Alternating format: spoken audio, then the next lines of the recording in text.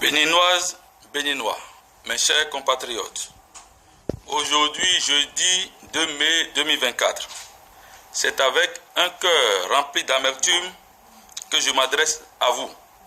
Ce jour, date anniversaire du 5e anniversaire des tueries de Kadiaoum. Ayons tout d'abord une pensée pieuse pour toutes les victimes de cette barbarie. Je m'adresse solennellement à vous aujourd'hui pour vous dire que le moment est venu de prendre nos responsabilités en allant à la reconquête de notre liberté confisquée par un clan qui, depuis 8 ans, ne travaille que pour ses seuls intérêts. Le moment est donc venu de réclamer notre dignité, notre respect et de vaincre la peur. Le peuple béninois souffre le martyre et il est de notre devoir de lui montrer le chemin. Rien ne peut se faire sans le peuple. Aucune solution ne viendra d'ailleurs. Mettons-nous en ordre de bataille car aucun sacrifice ne sera de trop quand il s'agit de l'avenir de notre pays. M'inspirant de James Freeman Clarke qui dit que l'homme politique pense à la prochaine génération pendant que l'homme d'État pense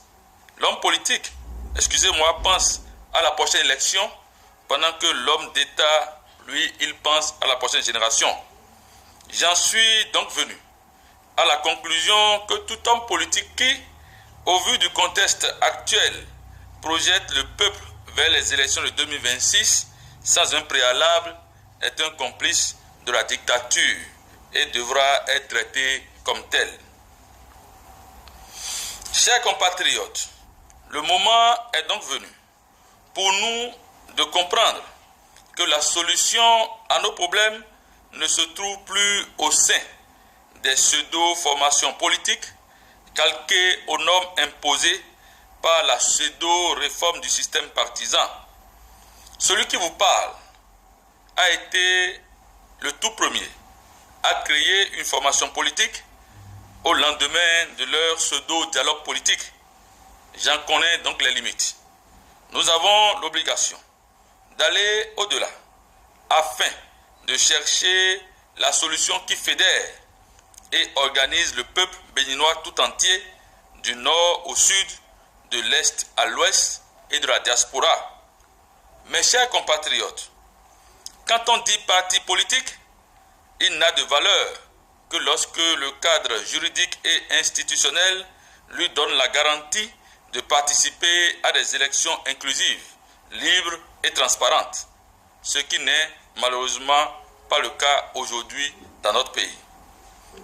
Nous devons donc de trouver de façon concrète une solution qui va au-delà des formations politiques et qui amène le peuple à pouvoir s'entendre tout au moins sur le minimum. Le minimum ici, c'est le départ pur et simple de la tête de notre pays en 2026, de ceux-là qui le dirigent depuis bientôt une décennie. C'est pour toutes ces raisons que je m'adresse à vous pour vous demander de nous accompagner dans la nouvelle dynamique que nous avons dénommée la vague orange pour la restauration de la démocratie et de l'état de droit. C'est cette vague orange que nous lançons ce jour. De quoi s'agit-il exactement?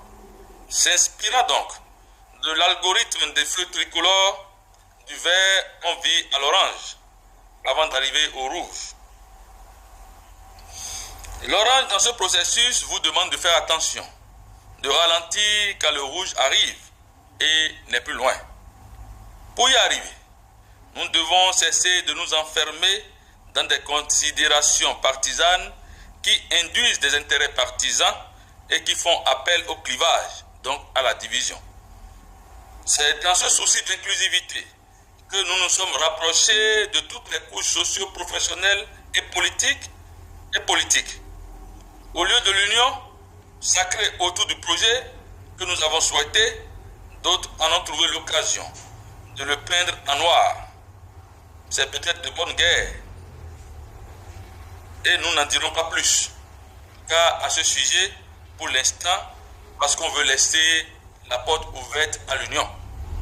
Ainsi, la vague orange pour la restauration de la démocratie et de l'état de droit qui démarre ce jour, jeudi 2 mai 2024, avec la couche estudiantine et qui prendra fin le jeudi 26 décembre 2024, a pour principaux objectifs d'exiger avec fermeté la libération de nos compatriotes détenus pour faire politique, le retour au pays de nos compatriotes poursuivis pour faire politique et contraints à l'exil, le retrait pur et simple de ce code électoral digne des périodes Mobutu, la convocation d'assises nationales pouvant nous conduire vers des élections inclusives et transparentes en 2026 dans les mêmes conditions qui avaient permis à un candidat de quitter l'exil, de se présenter et de gagner les élections en 2016.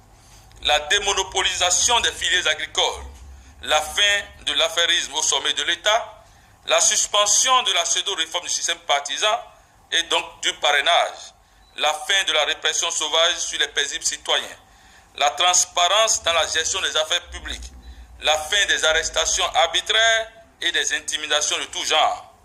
La date du 26 décembre 2024 constitue l'apogée de ce projet. Si rien n'y fait, nous nous réserverons donc le droit d'utiliser les prérogatives que nous offre la Constitution et de passer de l'orange au rouge, comme certains de nos compatriotes l'ont fait avant nous entre 2014 et 2015. Pour le moment, nous vous demandons de vous parer de vos attributs orange dans vos lieux de travail, en circulation, au marché, au champ, etc. Et ce, tous les jeudis. Après ce jeudi dédié aux étudiants, nous aurons la semaine prochaine le jeudi dédié aux étudiants. La semaine qui suit, ce sera celui des partis politiques. Après, on aura celui des syndicalistes, de la société civile, etc. Et ainsi de suite, afin que toutes les couches soient représentées jusqu'à l'étape finale.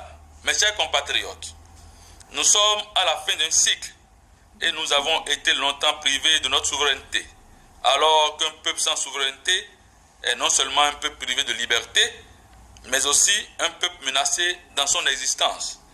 Le langage est le confessionnal du peuple, mais après le langage survient l'action. Nous lançons un appel à M. Patrice Talon, président de la République, seul responsable devant l'histoire et devant le peuple béninois, afin qu'il revienne à de meilleurs sentiments et pour qu'une fois qu'il écoute ce peuple qu'il a pourtant élu en 2016. À la diaspora béninoise, partout dans le monde, vous avez montré à suffisance votre attachement et votre amour inconditionnel à votre pays. Le moment est arrivé de nous unir et donner à notre beau pays, le Bénin, ses lettres de noblesse. À toutes les forces vives de la nation, le pays nous appelle à l'unisson afin de sauvegarder et de restaurer nos valeurs chèrement acquises au cours de longs sacrifices. Aux aînés politiques, nous leur demandons d'éviter d'être des facteurs de division à cause de leurs intérêts partisans et égoïstes.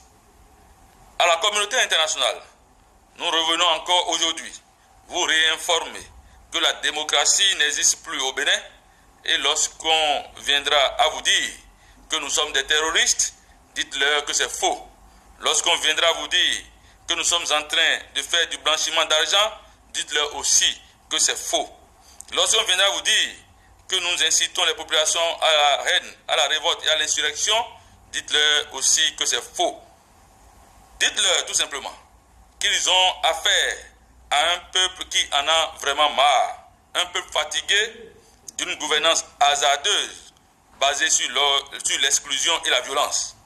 Dites-leur que ce peuple n'acceptera pas qu'on lui impose ou qu'on lui nomme un président de la République en 2026.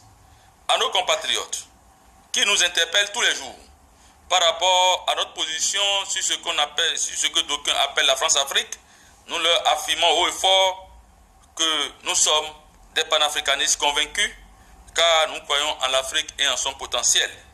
Mais pour l'heure, ce qui nous préoccupe, c'est de mettre hors d'état de nuire les complices locaux de ces puissances étrangères qui ont pour seul but de maintenir leur position dominante au sommet de nos États et de favoriser l'essor d'un nouveau type de citoyen patriote et amoureux de son continent.